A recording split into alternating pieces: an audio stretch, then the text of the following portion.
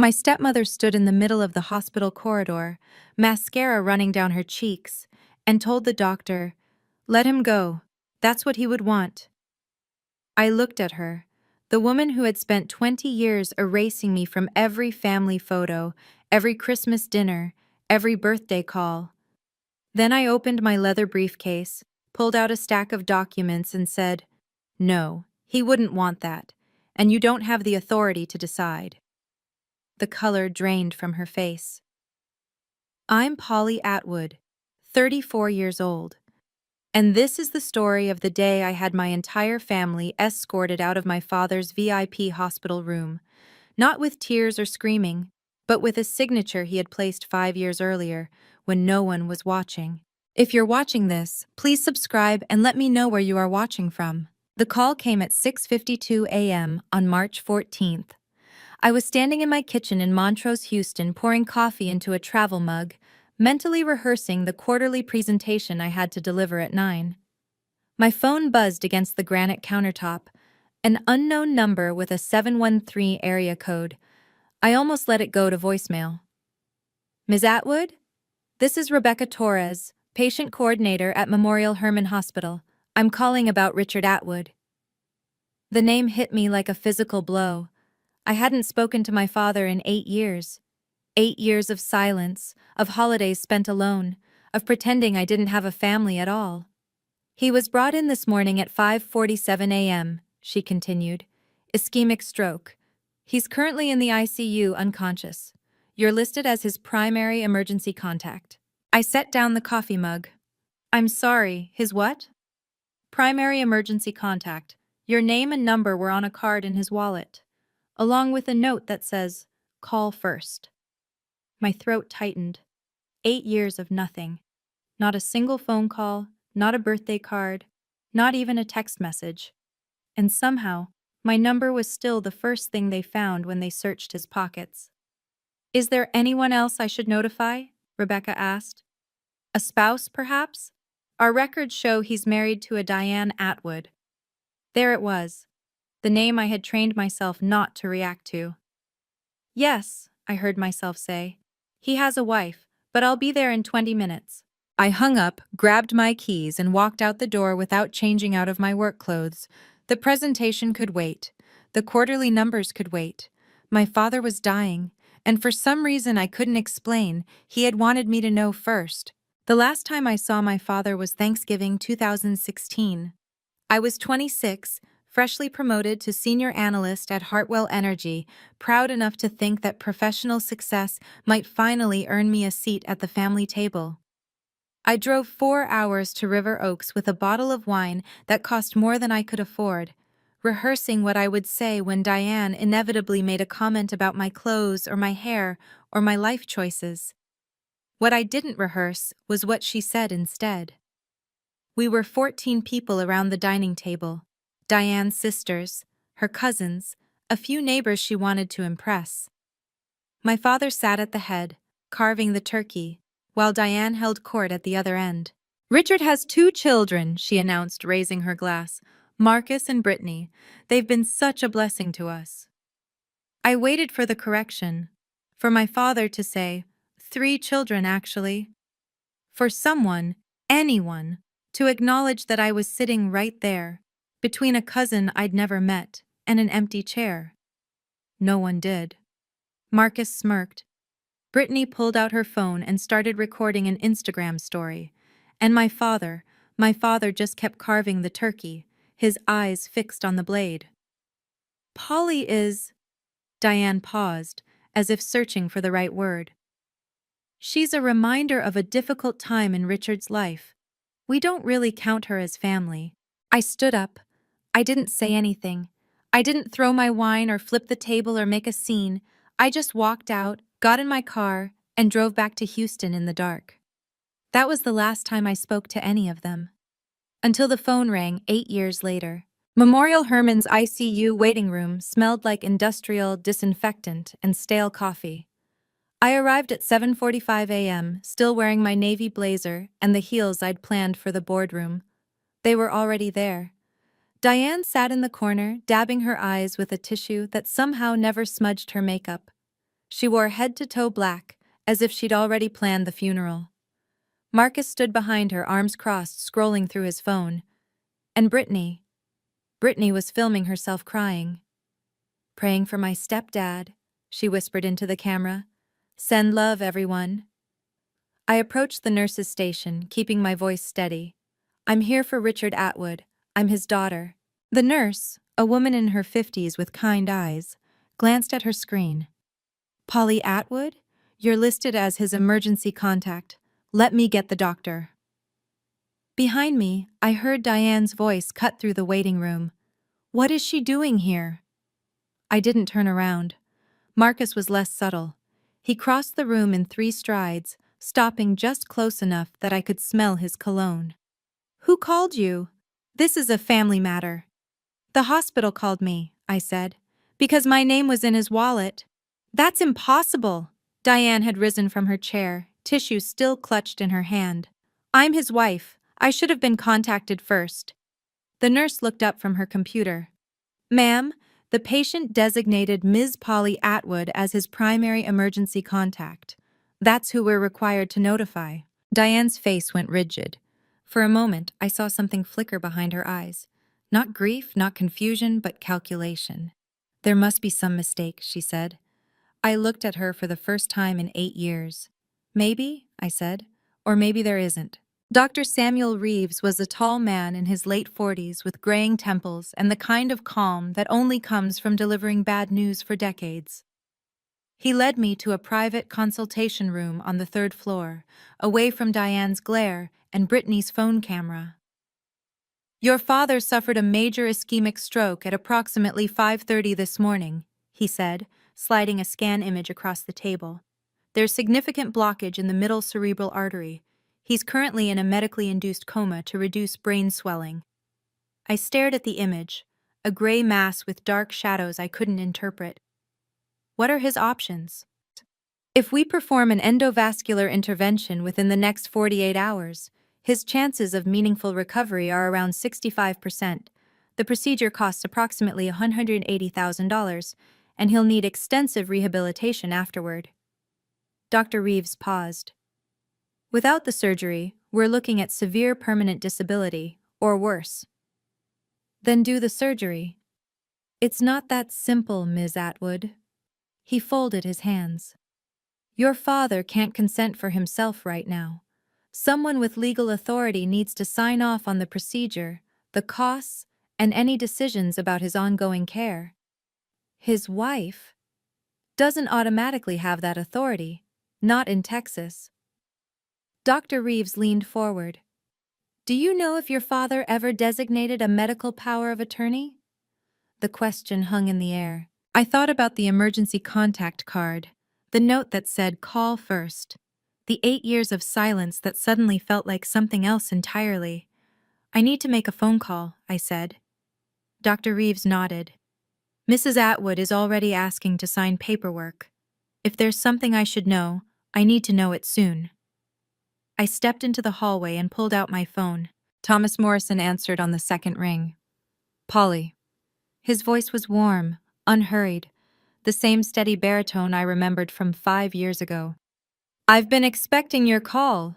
I pressed my back against the hospital wall, watching nurses move past in their quiet efficiency. "You knew about the stroke?" "I have alerts set up for Richard's name. Hospital admissions, police reports, obituaries." A pause. "I promised him I would." "Mr. Morrison, I need to know." "You're his medical power of attorney, Polly, and his durable financial power of attorney." Both documents were signed and notarized on July 8, 2019 at my office. Maria Santos was the notary. Linda Carter witnessed alongside me. I closed my eyes. July 2019. 3 years after I walked out of that Thanksgiving dinner. 3 years of silence, and somewhere in that silence, my father had made a choice. Why? The word came out smaller than I intended. Morrison's voice softened.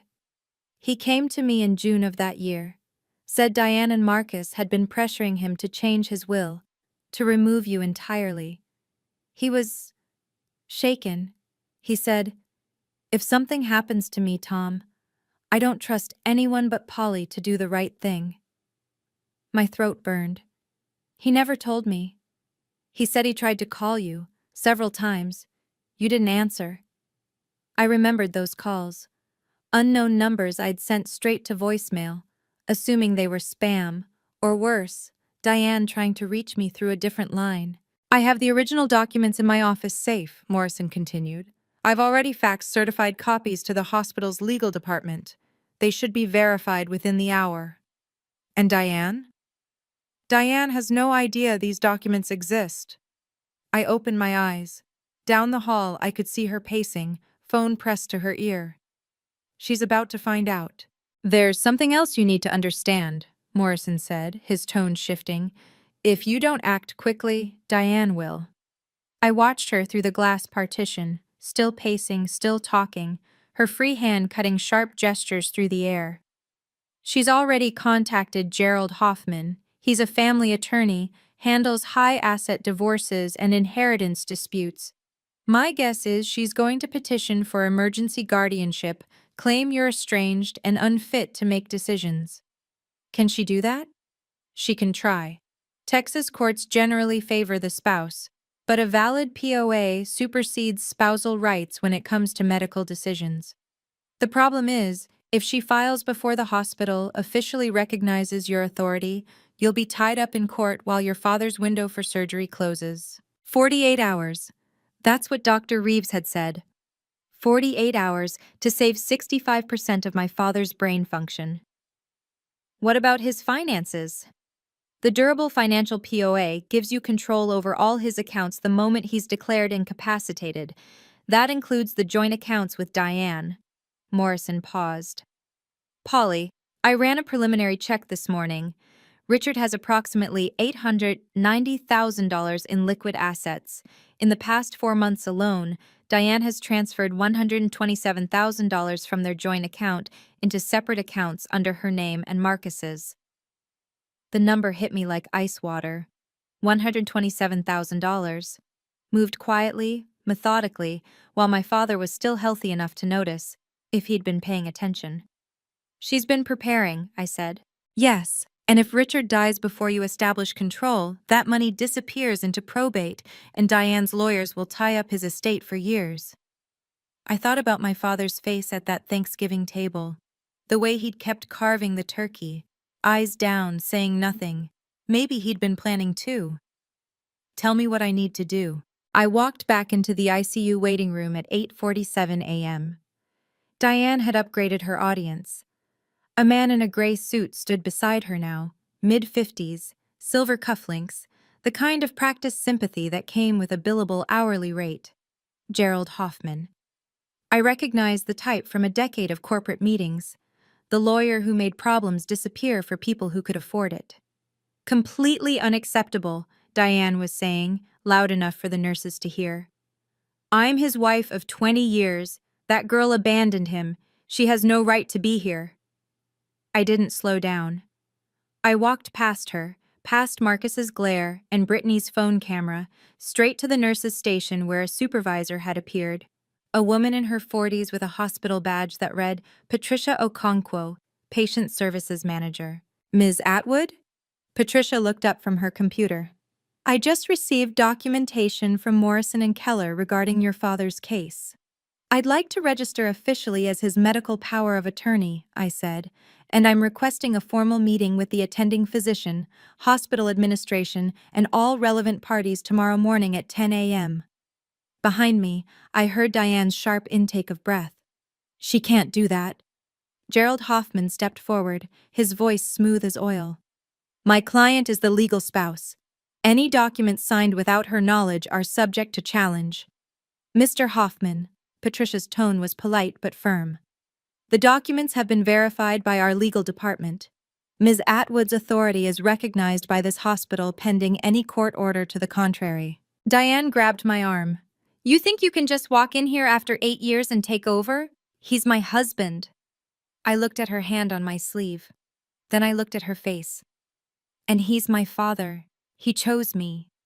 I pulled my arm free and walked away. Diane caught up with me at the elevator. "You're making a mistake."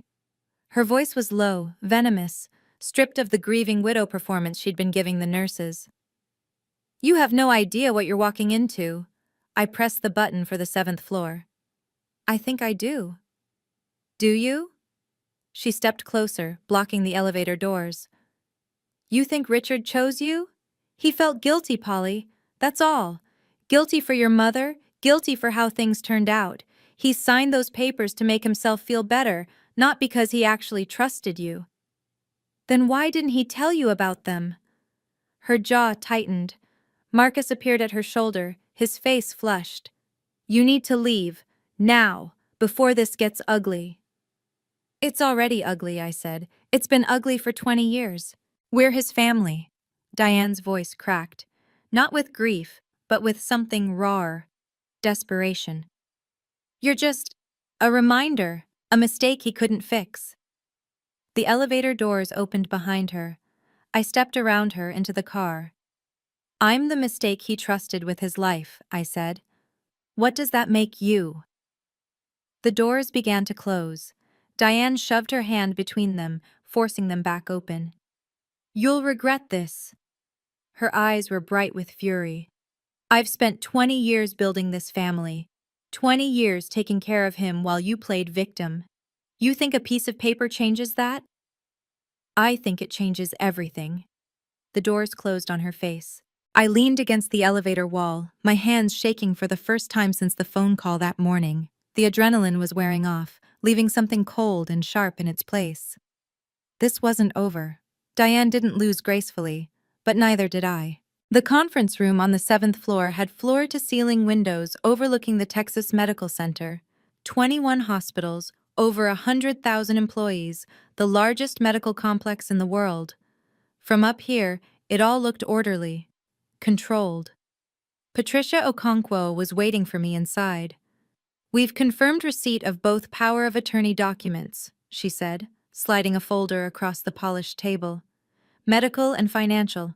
Both notarized, both witnessed, both legally binding under Texas Estates Code Section 752.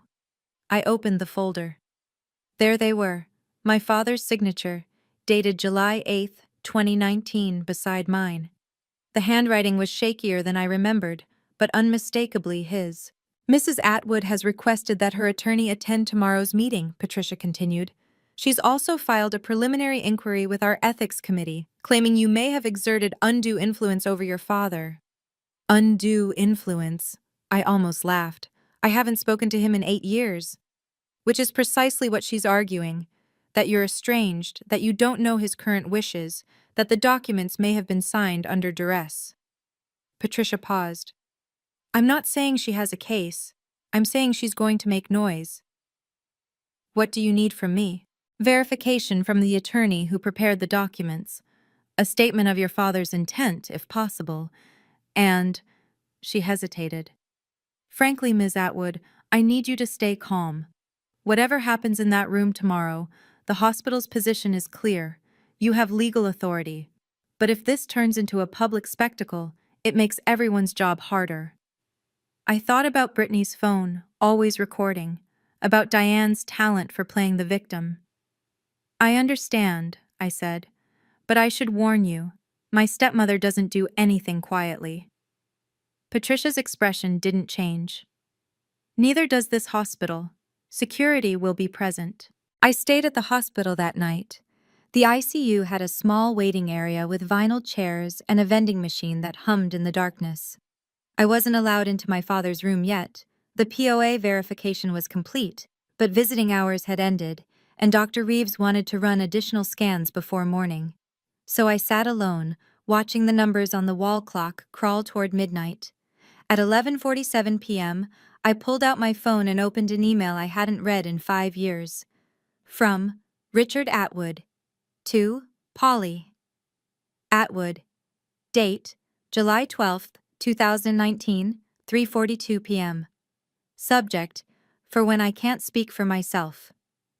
Polly, I know you're not reading my messages. I don't blame you. After what happened at Thanksgiving, after everything I let Diane say and do, You have every right to shut me out. But I need you to know something. I signed papers today, legal papers. Tom Morrison has them.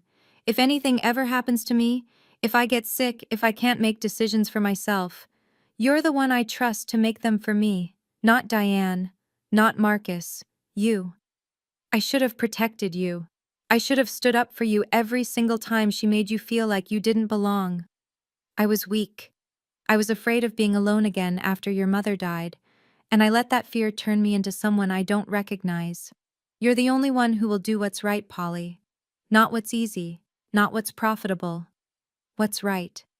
I love you. I always have. I'm sorry I was too much of a coward to show it. Dad. I read it 3 times. Then I closed my eyes and let myself cry for the first time in 8 years. They arrived at 8 a.m. sharp, like an army assembling for war. I was in the 7th floor lobby nursing my 3rd cup of hospital coffee when the elevator doors opened and Diane stepped out. She'd changed her outfit overnight. Still black, but more structured now, a designer dress that probably cost more than my monthly rent. Her makeup was flawless, her hair swept into an elegant chignon. She looked like a woman preparing for a press conference, not a family meeting. Marcus flanked her left side, carrying a thick manila folder. Brittany took the right, phone already raised, filming their entrance like a reality TV moment. Behind them came Gerald Hoffman, briefcase in hand, and a woman I didn't recognize, mid-40s, blonde, wearing a soft cardigan and an expression of professional concern. "That's Dr. Karen Walsh," Patricia murmured, appearing at my elbow. "Family therapist, specializes in elder care disputes." Diane hired a therapist? Looks like she's building a narrative. Concerned wife, supported by professionals, versus estranged daughter with suspicious legal documents. Patricia's voice was neutral, but I caught the warning underneath. Gerald Hoffman approached the reception desk, his voice carrying across the lobby. "We're requesting a postponement of this morning's meeting until the court can review the validity of the power of attorney documents. My client has serious concerns about coercion and undue influence." I set down my coffee cup and walked toward him. "The meeting is at 10, I said. "I'll see you there." Diane's eyes locked onto mine. For a moment, neither of us spoke. Then she smiled, a thin, practiced curve of her lips that didn't reach her eyes. "You came alone," she said. "How brave." I looked at her entourage, her lawyer, her therapist, her children with their folders and phones. "I came prepared," I said. "That's different." At 9:15 a.m., Patricia called me into her office. Thomas Morrison's voice filled the room through the speakerphone, steady and precise as a metronome. "I'm confirming for the record that the medical power of attorney and durable financial power of attorney for Richard Allen Atwood were executed on July 8, 2019, at my offices at 1200 McKinney Street, Houston, Texas.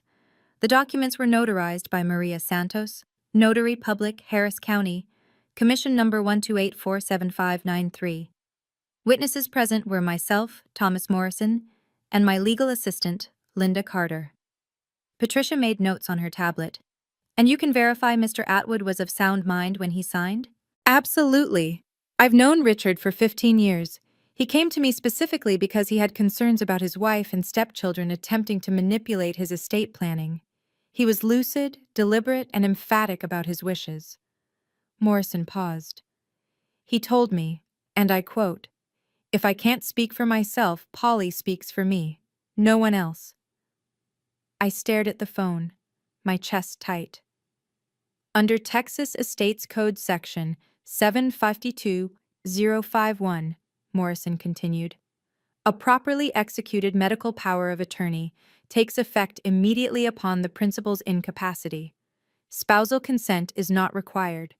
Mrs. Atwood has no legal standing to override these documents unless she can prove fraud, forgery, or incapacity at the time of signing, none of which apply here." Patricia looked at me. "That's clear enough for our purposes. Ms. Atwood, the hospital officially recognizes you as the authorized decision-maker for your father's medical care." The words settled over me like armor. "What about Gerald Hoffman's motion to postpone?" Denied, Patricia said. The meeting proceeds at 10, and Ms. Atwood, she handed me a visitor badge with a blue stripe, you now have full access to your father's room. Morrison wasn't finished. There's one more thing you need to know, he said, his voice dropping slightly. The financial power of attorney. Patricia glanced at me, then at the phone. We've verified that document as well. Yes, but I'm not sure Ms. Atwood fully understands its implications. Morrison cleared his throat. Polly, your father also gave you durable financial power of attorney. That means you have complete authority over his financial affairs during his incapacity, bank accounts, investments, real estate, everything. I'd known this in the abstract, but hearing it stated so plainly made my stomach tighten. I've already notified First National Bank of Texas and Mercer Wealth Management, Morrison continued. As of 8 a.m. this morning, all transactions on Richard's accounts require your signature, including the joint accounts with Diane. The silence stretched. She doesn't know, I said. She's about to find out. I suspect that's why she arrived with a lawyer this morning. Morrison's tone carried a grim satisfaction. Polly, I want to be clear about something. Your father's liquid assets total approximately $890,000. In the past 4 months, Diane has transferred $127,000 from their joint account into separate accounts under her name and Marcus's name. Those transfers happened while Richard was still healthy, technically legal but ethically questionable. Can I reverse them? Not the past transfers, but you can prevent any future withdrawals. And when Richard recovers, if he recovers, he can decide whether to pursue legal action. I thought about Diane downstairs, assembling her team, preparing her narrative of the grieving wife versus the estranged daughter. She didn't know that the money she'd been counting on was already out of her reach. Thank you, Mr. Morrison. One more thing, Polly. Your father was right about you. Don't let them make you doubt that. I heard Diane before I saw her. What do you mean, declined? Her voice echoed down the 7th-floor corridor, sharp enough to cut glass. I stepped out of Patricia's office just as she rounded the corner, phone pressed to her ear, her composure cracking at the edges. I'm his wife. I've been on that account for 20 years. There must be some mistake. She stopped mid-stride when she saw me. I'll call you back. She lowered the phone slowly, her eyes never leaving my face. What did you do? I said nothing. I tried to transfer funds this morning, for medical expenses. Her voice was controlled now, but I could see her hands trembling. The bank said the account is under the management of an authorized representative. They wouldn't tell me who. Marcus appeared behind her, his face flushed. Mom, what's going on? She did something. Diane took a step toward me. You did something to his accounts. I didn't do anything, I said calmly. My father did, 5 years ago. The color drained from her face.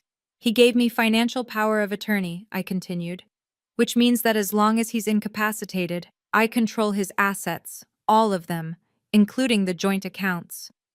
Diane's mouth opened, then closed. For the first time since I'd arrived at this hospital, she looked genuinely afraid. You can't! Marcus stepped forward, his voice rising. That's our money. It's his money, I said. And he trusted me with it, not you. Gerald Hoffman appeared at the end of the corridor, briefcase in hand.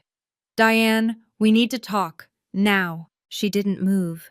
She just stared at me, her carefully constructed world crumbling behind her eyes. This isn't over, she whispered. No, I agreed, it's just beginning. I know many of you watching have been through something similar, overlooked by your family, treated like an outsider in your own home, made to feel like you don't belong. If this story is hitting close to home, hit that like button and leave me a comment. I read every single one. And if you want to see what happens in the meeting that's about to start, keep watching. The conference room filled at exactly 10 a.m. I sat at one end of the long table. Diane sat at the other, flanked by Marcus, Brittany, Gerald Hoffman, and Dr. Karen Walsh. Patricia Okonkwo took a neutral position near the door, tablet in hand. Dr. Reeves stood by the window, his expression carefully blank. 2 security officers waited in the hallway outside. Diane opened with tears. "I've been Richard's wife for 20 years," she said, her voice breaking on cue. "I've been by his side through everything. His business struggles, his health scares, his grief over his first wife. I'm the one who held his hand every night. I'm the one who knows what he would want." She dabbed her eyes with a tissue. And now, after 8 years of complete silence, his estranged daughter appears out of nowhere with legal documents I've never seen, trying to take control of his care, of his finances. Gerald Hoffman nodded gravely. "We're requesting that the hospital suspend recognition of these documents pending a full legal review. There are serious questions about whether Mr. Atwood was competent when he signed and whether he was subjected to undue influence." Dr. Reeves shifted slightly. "Mrs. Atwood, I've reviewed your husband's medical history. There's no indication of cognitive impairment in 2019 when these documents were signed." "He was grieving," Diane said quickly. "He'd been depressed for years after what happened with Polly's mother. He wasn't thinking clearly." I watched her performance, the trembling lip, the strategic pauses, the way she angled her body toward the security cameras, like she knew she was being recorded. She was good. 20 years of practice had made her very good. But I had something better than tears. I had the truth. Marcus opened his manila folder with the satisfaction of a man playing his trump card. "I have documentation here," he announced, "proving that Polly Atwood has had no meaningful contact with her father since November 2016. No phone calls, no emails, no visits, nothing." He slid a stack of papers across the table. Phone records, I realized. Screenshots of unanswered calls. "Richard tried to reach out to her multiple times," Marcus continued. "She ignored him, every single time." He looked at me with undisguised contempt. "This is not a loving daughter. This is someone who abandoned her father when he needed her, and is now showing up to collect." Brittany nodded vigorously. "She didn't even come to my brother's wedding. Dad was devastated." "I wasn't invited," I said quietly. "That's not true. I have the email," I kept my voice level, "from Diane, explaining that my presence would cause unnecessary tension and that Richard agreed it was best if I stayed away." Diane's expression flickered, just for a moment. Gerald Hoffman recovered quickly. "Regardless of past family dynamics, the question before us is whether Ms. Atwood is qualified to make life-or-death decisions for a man she hasn't spoken to in 8 years. A man whose current wishes she cannot possibly know." "I know his wishes," I said, "because he wrote them down. In documents you somehow obtained without his wife's knowledge. In documents he specifically kept from his wife's knowledge." I met Gerald's eyes. "Have you asked yourself why he might have done that?" The room went silent. Marcus's face reddened. "You're twisting everything. You always do this. You make yourself the victim when you're the one who—" "Marcus," Diane's voice was sharp, "not now." But the damage was done. The first crack had appeared. Patricia Okonkwo's voice cut through the tension. "Excuse me, Ms. Mercer, are you recording this meeting?" Everyone turned to look at Brittany. Her phone was propped against her water glass, the screen facing the table, a small red dot blinking in the corner. "I'm documenting for my followers," Brittany said, as if this were perfectly normal. "They have a right to know what's happening to our family." I glanced at the screen. The live stream counter showed 847 viewers. Comments scrolled rapidly.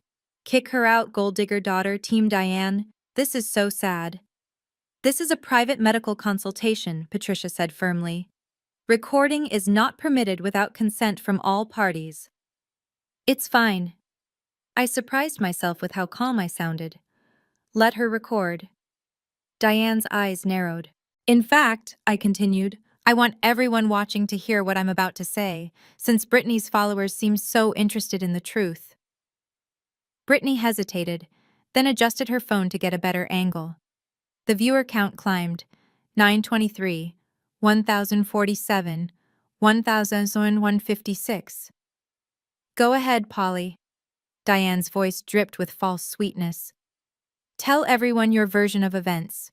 Tell them how you abandoned your father for 8 years and now suddenly care about his well-being. The comments exploded. She's nervous, lol. The stepdaughter looks guilty. Diane is such a strong woman. I looked directly into Brittany's camera. You called me a stranger, I said. You said I don't belong in this family. You said Richard only has 2 real children.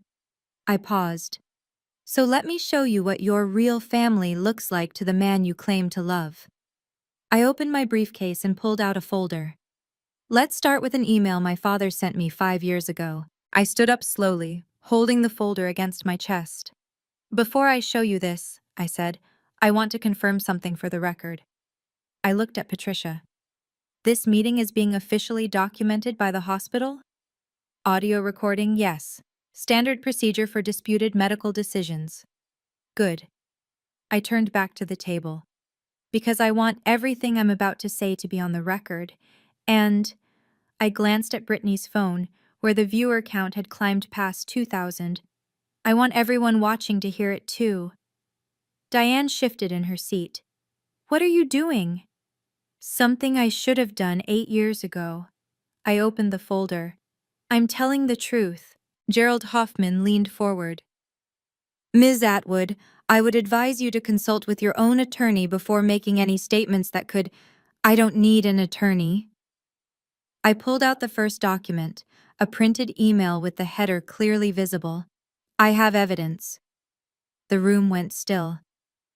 This is an email from my father, Richard Atwood, sent to me on July 5th, 2019, 3 days before he signed the power of attorney documents. I held it up so Brittany's camera could capture the header. The subject line reads, I need to talk to you. Diane's face went pale. Would you like me to read it aloud? I asked. Or should I just summarize the part where my father explains that his wife and stepson were pressuring him to remove me from his will entirely? Marcus half rose from his chair. That's a lie. Sit down, Marcus. My voice was quiet, but something in it made him freeze. I'm not finished. I looked at Diane, at her perfect makeup and her designer dress and her 20 years of carefully constructed lies. I'm just getting started. I read the email aloud, my voice steady. Polly, I know you don't want to hear from me. I don't blame you. After what happened at Thanksgiving, after everything I let Diane say and do, you have every right to shut me out. Diane's hand tightened on her tissue. But I need you to know something. Diane and Marcus have been pressuring me to change my will. They want to remove you entirely. They say you're not really part of the family anymore, that you forfeited your rights when you stopped speaking to us. I looked up. Marcus's face had gone from red to white. I told them no. I told them you're my daughter, my only biological child, and nothing changes that. Diane didn't take it well. She's been different since then. Colder. I think she's planning something, but I don't know what. The room was silent except for the soft hum of the air conditioning. I'm meeting with Tom Morrison next week. I'm going to sign papers that give you control if anything happens to me. I don't trust Diane anymore. I don't trust Marcus, but I trust you, Polly. I've always trusted you, even when I was too weak to show it. I set the paper down on the table. This email was sent from my father's personal Gmail account. The header is intact. The metadata can be verified by any IT professional. I looked at Gerald Hoffman. Would you like to challenge its authenticity? He said nothing. My father knew, I said softly. He knew what you were doing. He knew what you were planning. And he made sure that when the time came, you wouldn't be able to take everything from him. Diane's composure finally cracked. He wouldn't. He did. I pulled out the second document. This is a certified copy of the medical power of attorney signed by Richard Allen Atwood on July 8, 2019. I laid it flat on the table, the notary seal clearly visible. Notarized by Maria Santos, Notary Public, Harris County, Texas. Commission number 128475593. Witnessed by Thomas Morrison, attorney at law, and Linda Carter, legal assistant. Patricia Okonkwo nodded. We've verified this document with Mr. Morrison's office. And this, I placed a second document beside the first, is the durable financial power of attorney, signed the same day, with the same witnesses, granting me full authority over my father's financial affairs during any period of incapacity. Gerald Hoffman reached for the documents. I pulled them back. You can request copies through the hospital's legal department, I said, but I want to be clear about what these papers mean. I looked at Diane. They mean that my father, the man you claim to have cared for, the man you say you know better than anyone, deliberately and secretly gave me control over his medical decisions and his finances. Not you, not Marcus. Me. He was manipulated, Diane said, her voice rising. You must have. I hadn't spoken to him in 3 years when he signed these documents. I kept my voice level. I didn't ask him to do this. I didn't know he was doing it. He made this choice entirely on his own because he didn't trust you. The livestream comments had shifted. I could see them scrolling on Brittany's screen. Oh damn, plot twist, the stepmom is shaking. This is insane. Patricia spoke into the silence. For the record, the hospital recognizes Ms. Polly Atwood as the legal decision-maker for patient Richard Atwood. This recognition is effective immediately. Diane stood up so fast her chair scraped against the floor. This is insane! Her voice had lost its careful modulation. I'm his wife. I've been his wife for 20 years. You can't just walk in here with some papers and take everything, Mrs. Atwood. Dr. Reeves stepped forward, his tone professionally calm. Perhaps we should take a short break. I don't need a break. She slammed her palm on the table.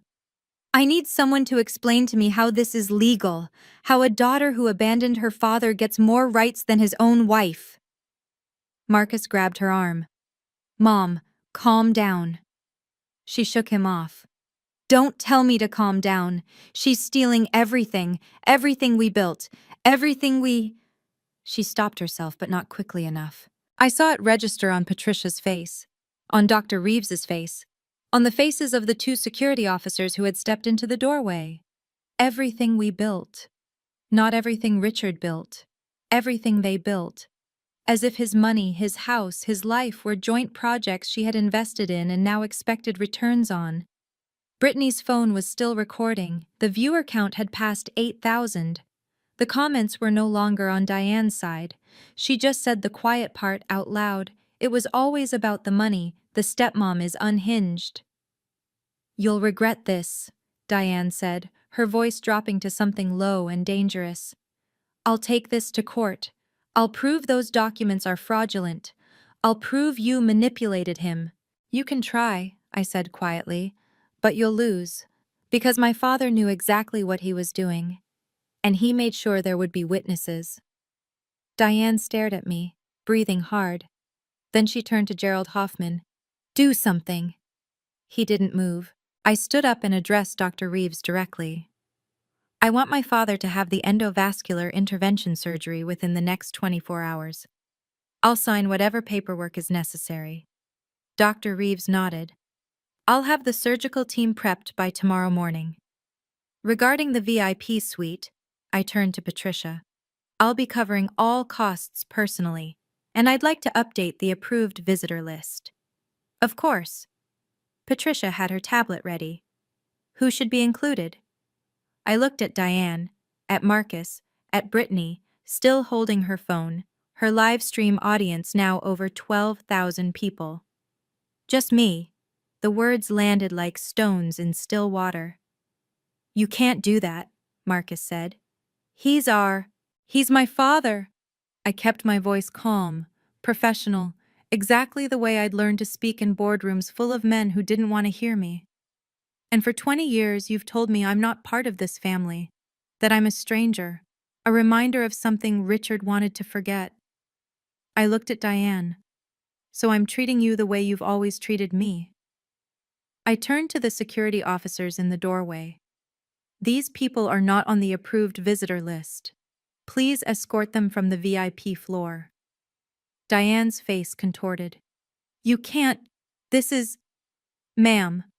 The taller security officer stepped forward. I'm going to have to ask you to come with us. I'm his wife. And I'm his daughter. I met her eyes one last time, the one he chose. The security officers moved forward. Gerald Hoffman gathered his briefcase without protest. He knew a lost cause when he saw one. Brittany finally lowered her phone, her face pale. Marcus looked like he wanted to hit something. Diane was the last to leave, her heels clicking against the floor. She didn't look back. If you've ever had to stand up for yourself against people who tried to crush you, leave a comment and share your story. I read every single one. And if you're wondering what happened next, with my father, with Diane, with everything, keep watching. Because the meeting was just the beginning. The real consequences were still coming. The surgery happened at 7:00 a.m. on March 17th. I sat in the waiting room for 4 hours and 23 minutes, watching the clock and drinking coffee that tasted like cardboard. Dr. Reeves had explained the procedure the night before, threading a catheter through my father's femoral artery, navigating it up to his brain, removing the clot that was slowly killing him. A 65% chance of meaningful recovery, he'd said. Better odds than Vegas, worse odds than I wanted. At 11:23 a.m., Dr. Reeves appeared in the doorway, still in his surgical scrubs. The procedure was successful. I didn't realize I'd been holding my breath until I let it out. We removed the clot and restored blood flow to the affected area, he continued, sitting down across from me. He's in recovery now, still sedated, but stable. What's the prognosis? Optimistic, with caveats. Dr. Reeves pulled out a tablet, showing me scan images I couldn't fully interpret. He'll need 3 to 6 months of rehabilitation. There may be some lasting weakness on his left side, and we won't know the full extent of cognitive impact until he's fully conscious. But his brain function looks better than I expected. When can I see him? Give us a few hours to get him settled in the ICU, then you can sit with him. He paused. Ms. Atwood, I want you to know. If we'd waited another 24 hours, like Mrs. Atwood was suggesting, his chances would have dropped below 30%. Your decision to proceed immediately may have saved his life. I nodded, not trusting my voice. You made the right call, Dr. Reeves said. Whatever else happens with your family, remember that. I would. For the rest of my life, I would remember that. While my father recovered, I made phone calls. First National Bank of Texas, Mercer Wealth Management, the property management company that handled my father's rental properties in Katy.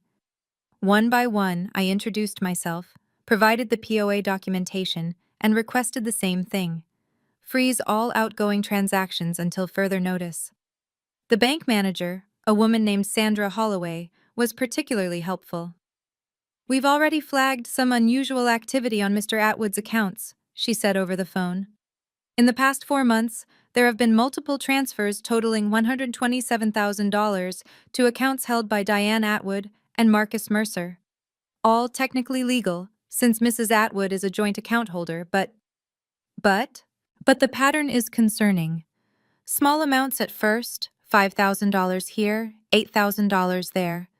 Then larger transfers in the past 6 weeks, $25,000 on February 3rd, $40,000 on February 28th. She paused. It looks like someone was testing the waters, then accelerating. I thought about the timeline. February. My father would have been healthy then, going about his normal life, probably not checking his bank statements closely. Diane would have had plenty of time to move money without him noticing. Can I reverse those transfers? Unfortunately, no. They were authorized transactions from a joint account, but I can ensure no further withdrawals occur without your explicit approval. Sandra's voice carried a note of professional sympathy. Mr. Atwood has approximately $890,000 remaining in liquid assets. I'll make sure it stays that way. Thank you. I hung up and stared at my phone. $127,000. Gone. Moved into accounts I couldn't touch by a woman who was probably already planning how to spend the rest. But she wouldn't get another cent, not while I was watching. My father had trusted me to protect what was his. I wasn't going to fail him. He opened his eyes on March 19th, 5 days after the stroke. I was sitting beside his bed, reading a financial report on my tablet when I heard the change in his breathing. The monitors beeped a slightly different rhythm, and then his hand moved, just slightly, just enough to brush against mine. Polly. His voice was barely a whisper, rough from the breathing tube they'd removed the day before, but he said my name like it was the only word that mattered. "I'm here, Dad." I set down the tablet and took his hand properly, feeling how thin his fingers had become. "I'm here." His eyes, cloudy, confused, but unmistakably his, focused on my face. "You came." "Of course I came. I knew you would." He tried to smile, but it came out lopsided, the left side of his face not quite cooperating. "I always knew." I wanted to say so many things. I wanted to ask him why he'd never stood up for me. Why he'd let Diane treat me like garbage for 20 years. Why he'd waited until he was dying to finally choose me. I wanted to tell him about the meeting, about Diane's face when she realized she'd lost, about the 12,000 people who'd watched her humiliation live on the internet. But none of that mattered right now. "Don't try to talk," I said instead. "You need to rest." "Polly." His grip tightened, weak but insistent. "I'm sorry. For everything. I should have." "I know." My voice cracked. "I know, Dad." We sat there in the quiet of the hospital room, father and daughter, 8 years of silence finally broken. Not with explanations or accusations, but with something simpler. Presence. Forgiveness. A beginning. The hard conversations could wait. For now, this was enough. Diane didn't wait long to strike back. 2 weeks after my father regained consciousness, I received a certified letter at my apartment. The return address was the law offices of Gerald Hoffman and Associates. The contents were exactly what Thomas Morrison had predicted. Petition for emergency guardianship and conservatorship of Richard Allen Atwood. The filing alleged that I had exerted undue influence over my father, that the POA documents were obtained through manipulation of a vulnerable elderly person, and that Diane, as his loving wife of 20 years, was the only appropriate guardian for his medical and financial decisions. "She's going to lose," Morrison said when I called him. "The documents are ironclad and Richard is conscious now. He can testify to his own intentions. But she's going to make noise first." "Oh, absolutely." Gerald Hoffman already gave a statement to the Houston Chronicle. Called it a textbook case of elder financial abuse. Morrison's voice carried a hint of dark amusement. "The article ran this morning. You might want to avoid the comments section." I pulled up the article on my phone. The headline read, "Family Feud, Estranged Daughter Accused of Manipulating Dying Father's Estate." There was a photo of Diane looking appropriately grief-stricken, and a quote from Gerald Hoffman about protecting vulnerable seniors from predatory relatives. My inbox was already filling with messages, some supportive, strangers who'd seen Brittany's live stream and remembered the truth. Others vicious. People who'd read the article and decided I was exactly the monster Diane described. "What do we do?" I asked. "We let your father speak for himself," Morrison said. "When he's strong enough, we'll get a video deposition, his own words on the record confirming everything. And until then, we wait, and we don't let them see us sweat." 1 month after the stroke, my father was strong enough to fight. The video deposition was recorded in his hospital room on April 14th, with a court reporter present, Thomas Morrison asking the questions, and a neurologist standing by to confirm his mental competency. Diane's lawyer had demanded to attend. The judge allowed it, over Morrison's objections. Gerald Hoffman sat in the corner taking notes, his face carefully neutral. My father sat propped up in his hospital bed, thinner than I remembered but with a clarity in his eyes that hadn't been there in years. "Mr. Atwood," Morrison began, "did you sign medical and financial power of attorney documents on July 8, 2019? "Yes." My father's voice was stronger now, though still slightly slurred on the left side. "I signed them at your office. Maria Santos notarized them. Linda Carter witnessed." Were you coerced or manipulated into signing these documents? No. He looked directly at the camera. I signed them because I wanted to, because I needed to protect my daughter. Protect her from whom? My father's gaze shifted to Gerald Hoffman. From my wife. From her children. From people who saw me as a bank account instead of a person. He paused. Diane and Marcus had been pressuring me to change my will. They wanted to cut Polly out entirely. When I refused, Diane started withdrawing, pulling away. I knew something was wrong. And you chose your daughter as your representative? Polly is the only person I trust to do what's right. His voice cracked. I failed her for 20 years. I let Diane treat her like she didn't exist, but I never stopped loving her. And I knew that when it mattered, she would be there. He looked at me. She was. The ruling came down on April 28th. Judge Patricia Hernandez of Harris County Probate Court didn't mince words. I read the decision 3 times, sitting in my apartment with a glass of wine I'd been saving for a special occasion. The petitioner has failed to demonstrate any evidence of fraud, coercion, or undue influence in the execution of the power of attorney documents. The principal, Richard Allen Atwood, has provided clear and competent testimony confirming his intent and his continued confidence in his designated agent. The petition for emergency guardianship is hereby denied. There was more: legal language about burden of proof, citations of Texas Estates Code, a pointed reference to the speculative and unsupported nature of Diane's claims. But the bottom line was simple: she lost. The court ordered Diane to pay $12,400 in legal fees and court costs. Gerald Hoffman withdrew from the case the same day, citing irreconcilable differences with the client. The Houston Chronicle ran a follow-up article with a notably different tone. Judge dismisses guardianship. Petition. Father confirms trust in estranged daughter. Brittany deleted her Instagram account entirely. The live stream that had been meant to humiliate me had been archived, screenshotted, and shared thousands of times. But now it told a different story. Not the story of a gold-digging daughter, but the story of a stepmother losing control in real time. Marcus called me once, 3 days after the ruling. I let it go to voicemail. His message was short. You think you've won, you haven't. This isn't over. I saved the voicemail, just in case. But I knew the truth. It was over. Not because I'd beaten them, but because they'd beaten themselves. All I'd done was show up with the truth. The truth had been enough. The divorce was finalized on July 15th.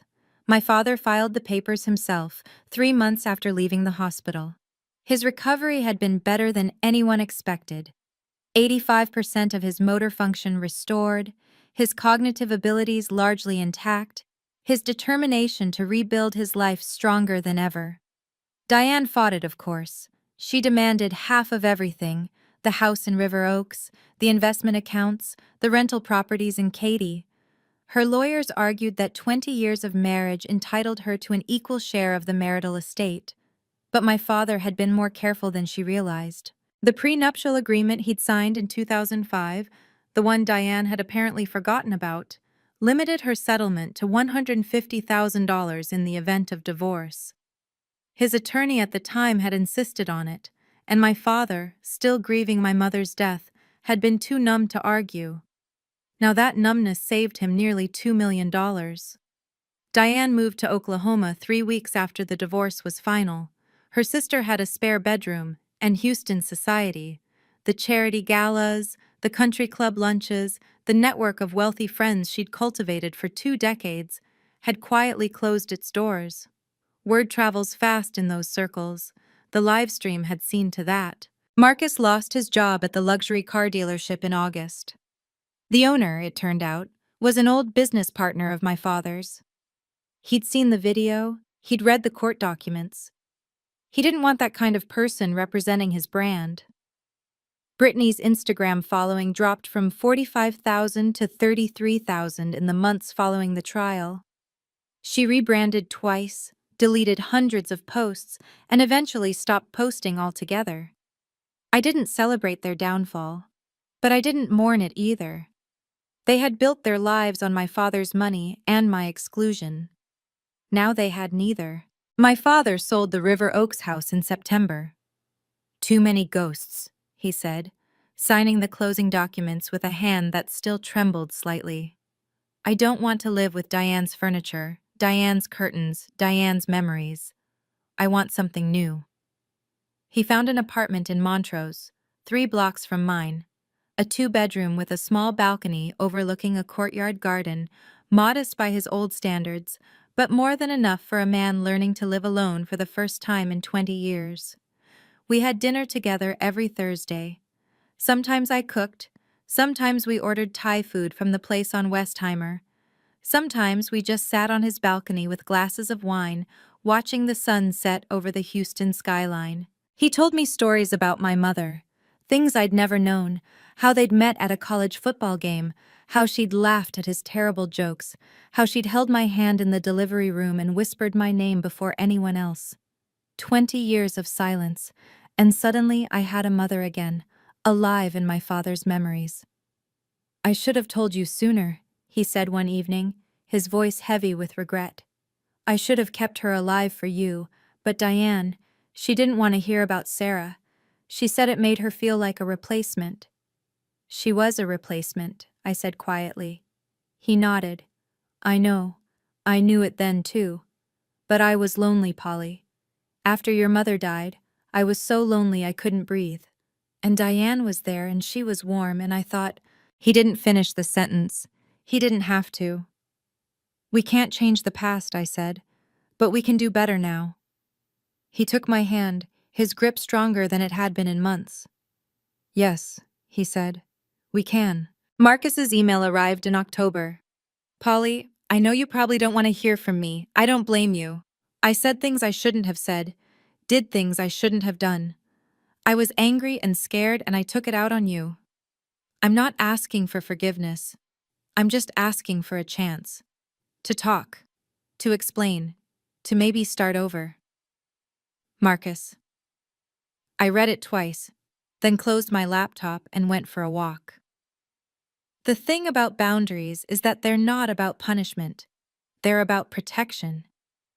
Marcus wasn't reaching out because he'd had some profound moral awakening.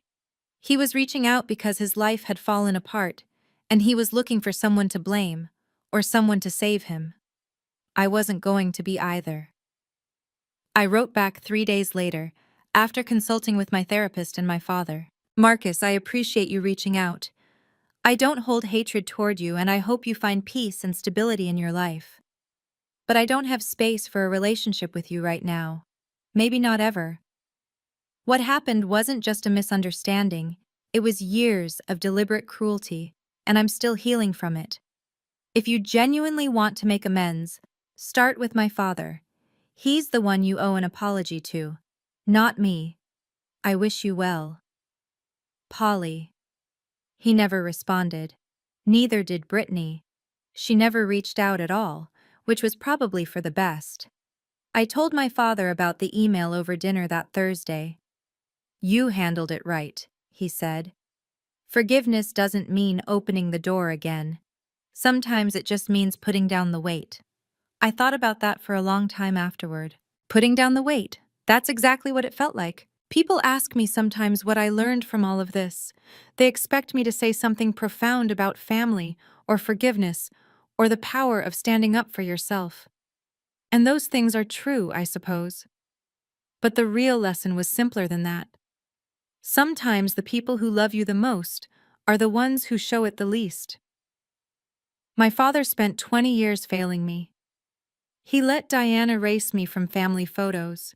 He sat silent while she told a room full of people I wasn't his real daughter. He chose peace over justice, comfort over courage, and he let me pay the price for his weakness. But he also spent those same 20 years preparing for the moment when he couldn't protect himself anymore. He put my name in his wallet. He signed papers that gave me power over his life and his money. He wrote me an email I didn't read for 5 years, explaining everything he couldn't say out loud. He loved me. He just didn't know how to show it until it was almost too late. I think about the people watching this who are going through something similar. Maybe you have a parent who never stands up for you. Maybe you have siblings who treat you like you don't exist. Maybe you've spent years wondering if you're the problem, if you're the one who's broken, if you're the one who doesn't deserve to be loved. You're not. You're not the problem. You're not broken, and you absolutely deserve to be loved. But you also deserve to protect yourself, to set boundaries, to walk away from people who hurt you, even if they're family. That's not selfishness. That's self-respect. And sometimes, self-respect is the most radical act of love you can offer yourself. It's been 18 months since that phone call at 6:52 a.m. I got promoted to Director of Financial Planning at Hartwell Energy last spring, a 22% raise and an office with a window. My father jokes that I'm finally making enough money to take care of him in his old age. I tell him he's not that old yet. He's writing a memoir. Nothing fancy, just a spiral notebook he fills with stories about his life, his childhood in Galveston, his years building his business, his marriage to my mother. There's a whole chapter about me, he says, about the daughter he almost lost, and the second chance he doesn't deserve. We're going to Hawaii next month. It'll be our first real vacation together since I was 12 years old. Before my mother got sick, before Diane, before everything fell apart. He wants to see the volcanoes. I want to see him happy. I still think about Diane sometimes, not with anger anymore, just a kind of distant curiosity, like wondering what happened to someone you knew in high school. She's living in Oklahoma now, I hear, working part-time at a real estate office. Marcus is selling insurance somewhere in Dallas. Brittany got engaged to a guy she met at a coffee shop. I hope she's happy. I don't wish them harm. I just don't wish them anything at all. The truth is, family isn't about blood. It's not about legal documents or shared last names or who shows up at Thanksgiving dinner. Family is about who chooses you, who fights for you, who shows up when everything falls apart. My father chose me, and I chose him back. That's enough. That's more than enough. That's everything. Thank you for staying until the end of my story. If you've been through something similar, or if this story touched you in any way, leave a comment and let me know. Do you think I should have forgiven Diane? Did I do the right thing by setting boundaries with Marcus? I want to hear your thoughts.